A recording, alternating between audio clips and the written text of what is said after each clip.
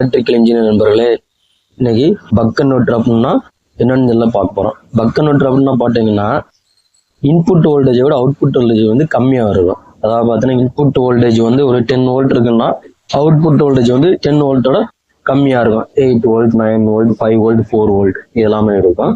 So இதான் வந்து buck கன்வெர்ட்டருங்கிறாங்க.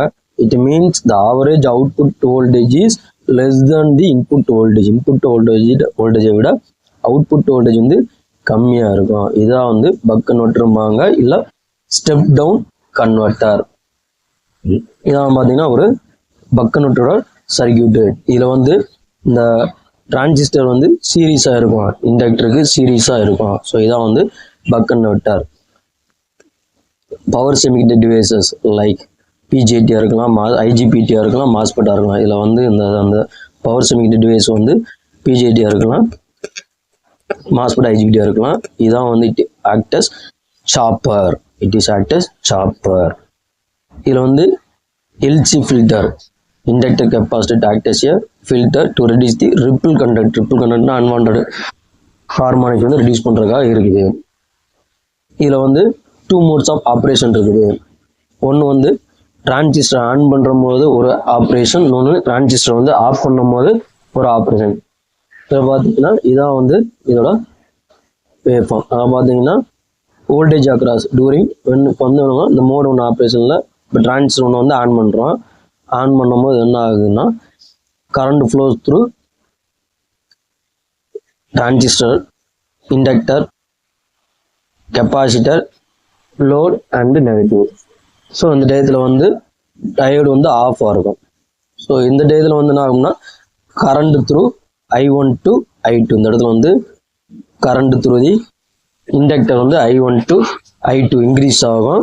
அந்த டயத்தில் வோல்டேஜ் அக்ராஸ் தி இண்டக்டர் எப்படி இருக்கும்னா Vs minus V0, input voltage minus output வோல்டேஜாக இருக்கும். இதான் மோடு 1. இதே இது மோடு 2ல் பார்த்தீங்கன்னா டிரான்சிஸ்டர் வந்து ஆஃப் பண்ணுறோம் பை கண்ட்ரோல் சிக்னல். அதில் ஆஃப் பண்ணும் போது ஃப்ரீலிங் டயோடு வந்து கண்டக்ட் ஆகும். அதுக்கப்புறம் இண்டக்டரில் சார்ஜ் ஆனதில் என்ன ஆகும்னா சர்க்கியூட் வந்து ஃப்ளோ ஆகும். ஸோ அது ஃப்ளோனா inductor, capacitor, load and diode, இந்த டயோடு வந்து ஆன் ஆயிரும். ஸோ நேராக வந்து கரண்ட் வந்து என்ன ஆகும்னா டிகிரீஸ் ஆகும். I2லேருந்து I1க்கு டிகிரீஸ் ஆகும். அப்போ வந்து அவுட்புட் வோல்டேஜ் வந்து நெகட்டிவ்ல இருக்கும். இப்படி ஃப்ளோ ஆகிறதால அவுட்புட் வோல்டேஜ் இண்டக்டர்லேருந்து கரண்ட் வந்து எனர்ஜி வந்து ரிலீஸ் பண்ணுறதால இங்கே மைனஸ் ஆகும், ப்ளஸ் ஆகும். ஸோ அவுட்புட் வோல்டேஜ் வந்து V0. ஸோ இதான் mode 1, mode 2.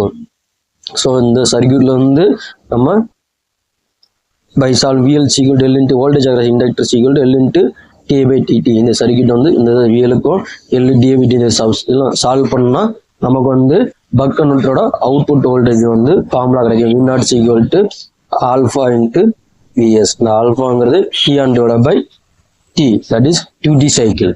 Okay. So buck converter நம்ம பார்த்தோம்னா அவுட்புட் வோல்டேஜ் வந்து இன்புட் வோல்டேஜோட கம்மியாக இருக்கும். ஸோ இதான் வந்து பக் கன்வெர்ட்டர். தேங்க்யூ.